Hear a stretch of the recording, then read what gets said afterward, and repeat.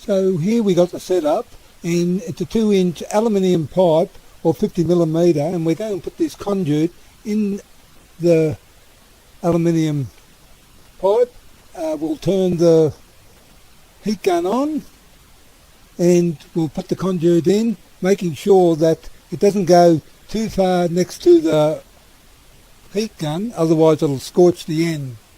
And what we're going to do now is just put it in, turn it around. I'll just speed it up a little bit to get the boring bits out, but as you can see, you can just keep on spinning it until it gets warm enough so it's all pliable.